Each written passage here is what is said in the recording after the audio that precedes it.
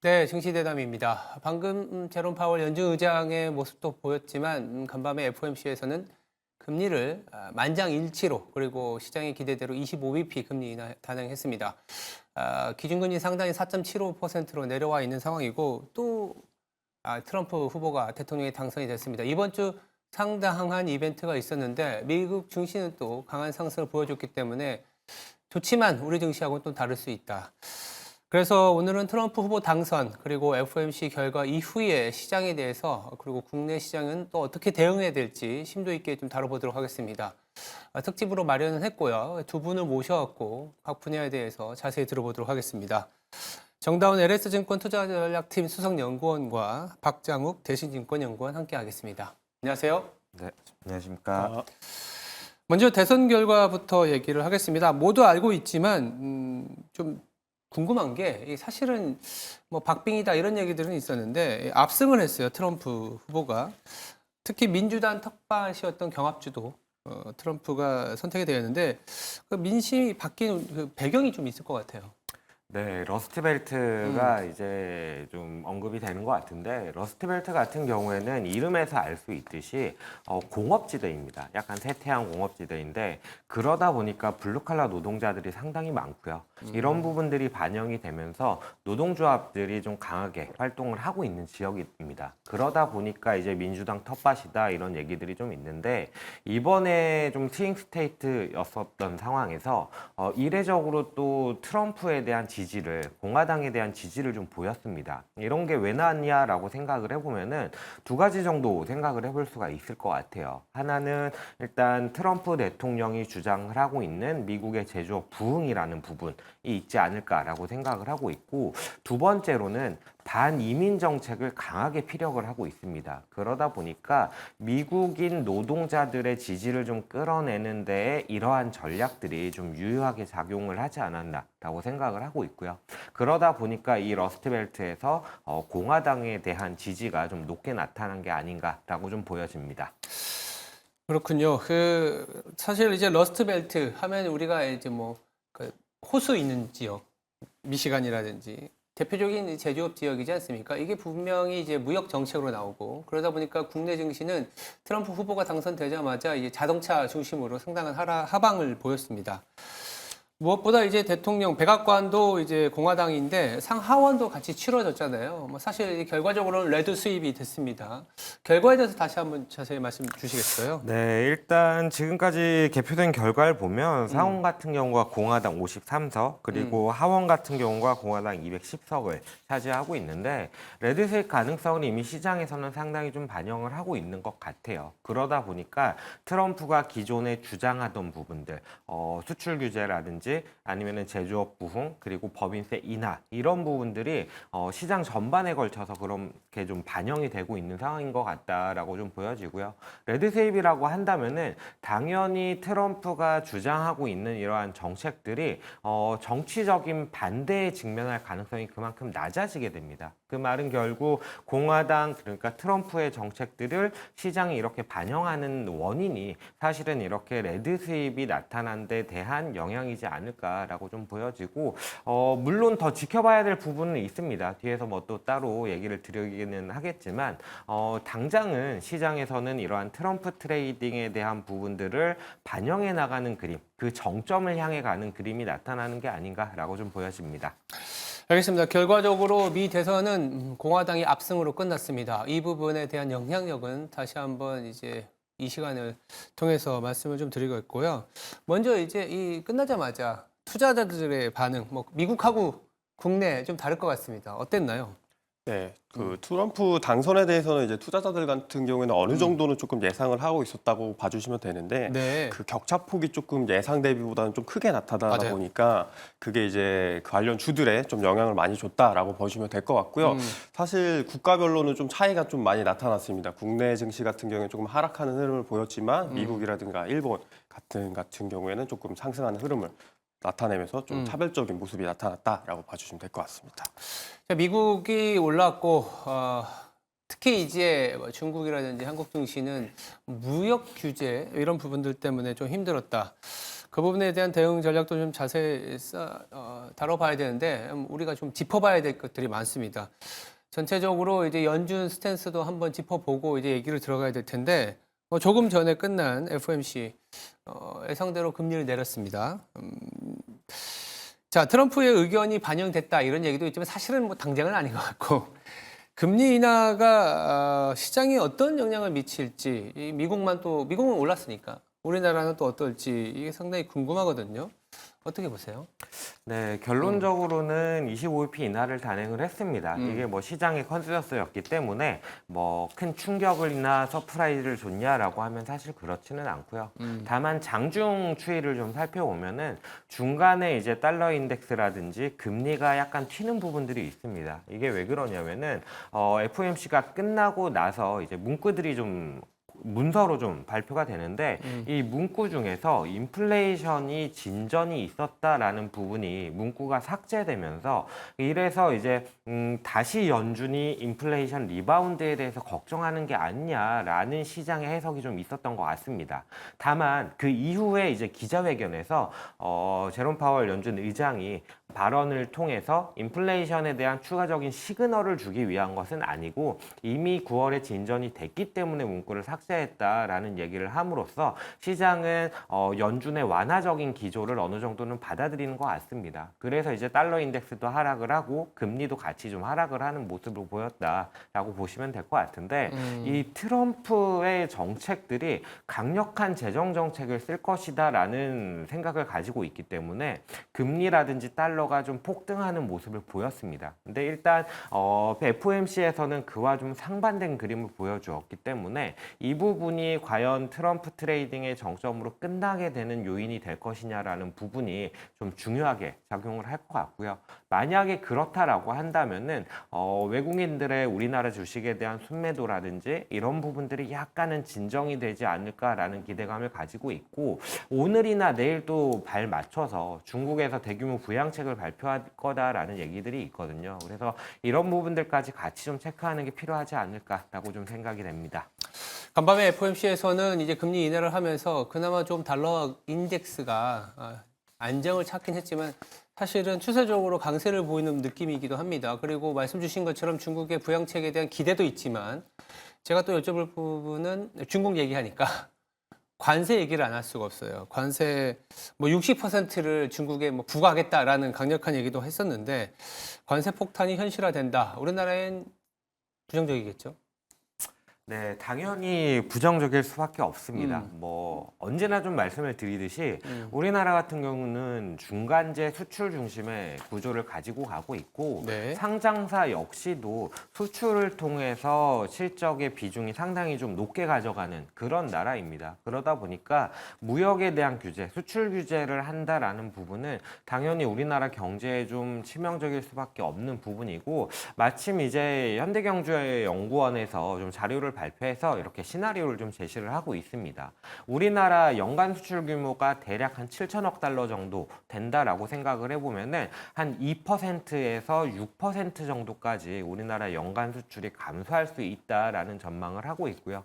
GDP 관점에서는 1%포인트 넘게 좀 하락하는 요인이 될 수 있다라는 상황이어서 당연히 좀 우리나라 주식 시장에는 조금은 부정적일 수밖에 없는 요인이지 않겠나라고 좀 생각이 됩니다. 관세가 부과됐을 때 당연히 이제 무역량이 떨어질 수밖에 없기 때문에 우리나라는 또 수출이 중심이 돼야 지수가 올라갈 수 있는데 이 부분에 대한 것들이 좀 걱정이 됩니다. 그러다 보니까 시장 내의 분위기나 전체적인 업종의 변화도 좀 살펴봐야 되는데 박장욱 연구원님, 그 미국과 한국에서 나타난 두드러지는 소위 말하는 트럼프 당선 이후의 어떤 효과, 트럼프 트레이딩 어떤 영향으로 나와 있나요 지금?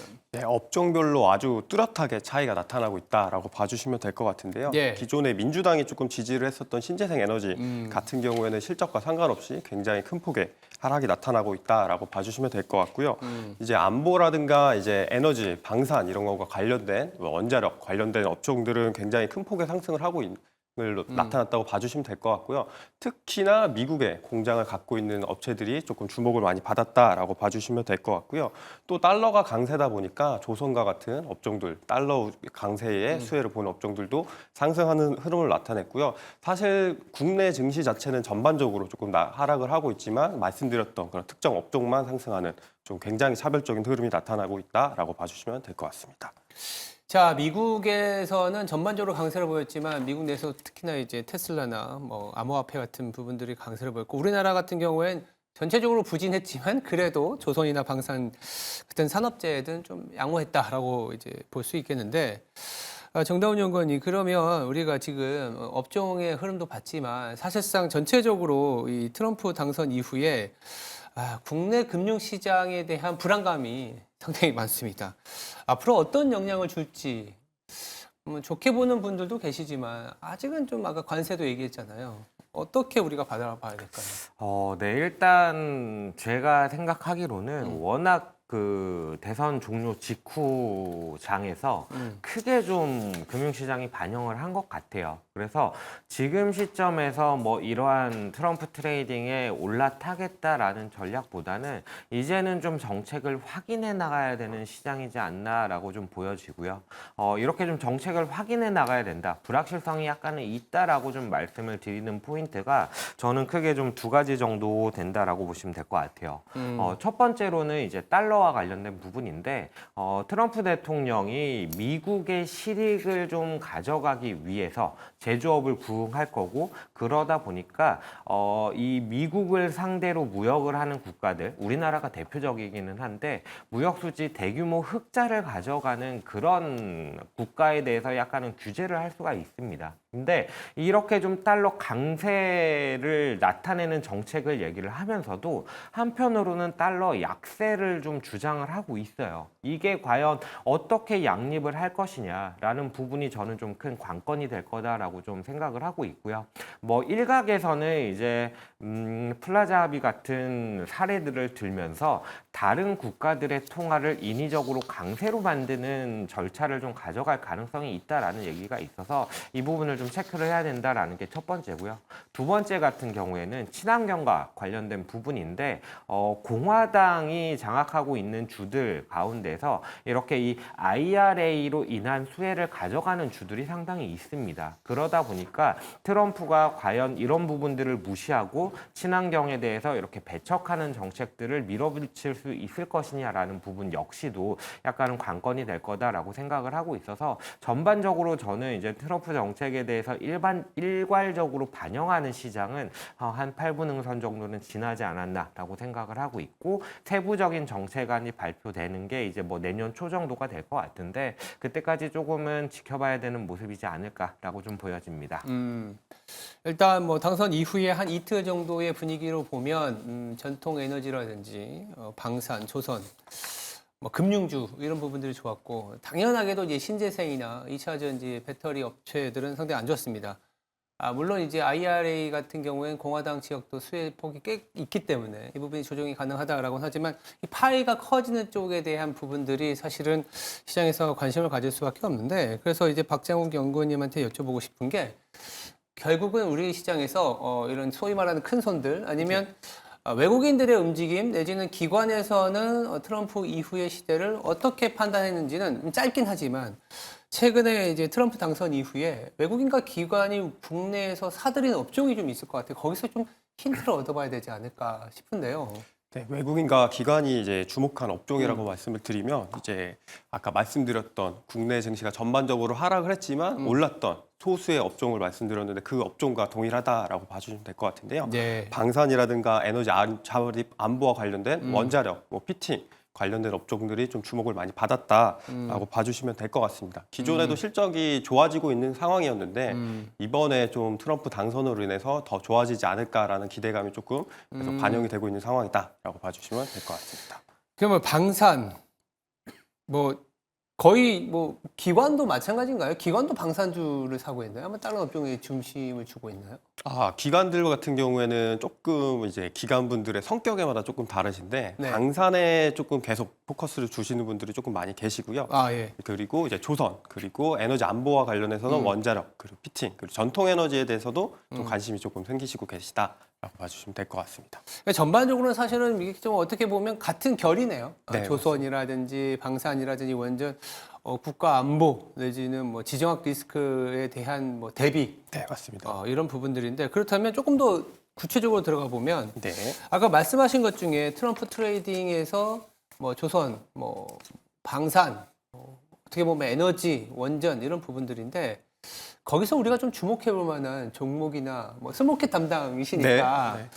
사실 이 시간에 들어보시는 분들은 그래서 뭘 사야 되는데 뭐 이런 게 필요하지 않습니까? 네. 어떤 게 있을까요? 제가 말씀드리고 있는 종목은 BHI라는 종목을 조금 말씀드리고 있는데요. 네. BHI라는 종목은 이제 가스 플랜트에 들어가는 HRSG라고 하는 보조기기를 만들고 우리나라 원자력이 수출을 하게 됐을 때 들어가게 되는 보조기기인 BOP를 제조해서 납품하는 회사다라고 봐주시면 될 것 같습니다. 이제 전통 에너지인 가스 플랜트의 발전소의 발전량이 늘어나다 보니 HRSG의 수주가 늘어나고 있는 상황이고요. 추가적으로 국내 전 세계적으로 봤을 때 미국의 우방국 중에서 원자력을 완전하게 건설할 수 있는 유일한 국가인 한국의 원자력 수출의 증가로 인해 원자력 보조기기의 수출량이 늘어날 걸로 기대가 되고 있는 회사다라고 봐주시면 될 것 같습니다. 또 추가적으로 말씀드리면 3분기에 이제 도시바향 그리고 지역난방 공사향으로 한 약 5천억 정도의 대규모 수주를 받음에 따라서 이제 향후에도 지속적으로 좀 수혜가 예상이 되고 있는 종목이고요. 네. BHI뿐만 아니라 뭐 태광이라든가 우리기술 그리고 이제 조선 업종 중에서는 이제 하나엔진, HD 현대마린엔진 같은 엔진 업종들도 같이 주목해볼 만하다라고 말씀드리고 있습니다. BHI는 참 오랜만에 듣는 기업인 것 같아요. 예, 그게 몇 년 전에 아마 LNG 관련해서 이야기가 LNG. 나올 때 한번 주목을 많이 받았던 종목이라고 봐주시면 될 것 같습니다. 그러면 혹시 이 부분은 그냥 어떤 컨셉적으로 트럼프 네. 2.0 시대의 유망주다라고 이제 보는 건지 아니면 혹시나 뭐 탐방이나 실적의 흐름이 또 체크가 되는 부분이 있을까요? 네, 실적 같은 경우에는 올해 같은 경우에는 원래 한 4천억 초반에 영업이익 한 200억 초중반 정도 예상을 연초에 했었는데요. 올해 조금 가이던스가 내려가긴 했습니다. 이제 석탄 발전소 쪽에도 나가는 부분이 있는데 그 부분이 물량이 조금 감소가 해서 한 3천억 후반 정도의 200억 중반 정도의 영업이익이 좀 예상이 되고요. 사실 BHI가 신한우 3, 4호기의 원자력 수주를 받은 것들이 내년, 내후년부터 이제 매출이 반영이 되게 됩니다. 그러면 현재 BHI 영업이익률이 한 5% 중반 정도 되는데 원자력 BOP 부분 같은 경우에는 이제 하이싱글 정도의 영업이익이 나오는 걸로 좀 알려져 있는데요. 국내 원자력의 수주가 누적적으로 나오는 부분이 25년, 26년부터는 BHI 실적에 반영이 될 거기 때문에 그렇게 됐을 때는 이 회사의 실적이 내년, 내후년으로 갈수록 상당히 레벨업이 되는 이제 매출이 늘어나면서 영업이익이 레버리지가 나는 구간까지 가게 될 거기 때문에 그 부분 감안했을 때 굉장히 좀 매력적인 종목이다라고 봐주시면 될 것 같고요. 또 하나 말씀을 드리면은 수주 기업이기 때문에 네. 수주 대비 매출액이 굉장히 중요한데 그렇죠. 작년 기준으로 수주 대비 매출액이 수주 잔고 대비 매출액이 한 1.8배 정도 됐다고 하면 지금 대규모 수주를 아까 말씀드린 걸 반영을 했을 때 한 3.4배 정도이다 보니까 좀 완연히 이제 좀 상당히 좋은 기관으로 진입해 가고 있는 회사다라고 봐주시면 될 것 같습니다. 뭐 재미있는 지표네요. 수주 잔고 대비 매출액. 네, 맞습니다. 이게 어떤 개념이죠? 수주 잔고가 있는데 매출액이 일어나는. 네, 맞습니다. 수주 잔고를 가지고 있고 이제 매출액이 이제 있으니까 수주 잔고 대비 매출액이 높다고 하면은 수주 잔고가 많이 쌓여 있으니까 이 회사가 이제 앞으로 해나갈 게 많이 있으니까 공급자 우위 시장이라고 좀 볼 수 있는 부분이고요. 사실 시장에서 많이 보시는 지표는 신규 수주 대비 매출액인데 네. 이게 이제 조금 이제 좀 체크가 조금 어렵다 보니까 제가 수주 잔고 대비 매출액으로 조금 해서 말씀을 드리고 있습니다. 어쨌든 폭발적인 성장을 앞두고 있는 네. 그리고 뭐 글로벌 환경이라든지 국내 정책적인 모멘텀도 좀 어떻게 보면 교집합이 될 수 있는 종목을 네. 지금은 시장 전체적으로 우리 시장이 힘을 받기에는 좀 어렵기 때문에 네, 맞습니다. 시장의 흐름에서 좀 돌파구가 될 수 있을 만한 그런 스몰캡을 좀 소개를 해드렸습니다. 시장 얘기는 또 이분한테 여쭤봐야 될 것 같아요. 정다운 연구원님, 우리 시장 참 어렵습니다.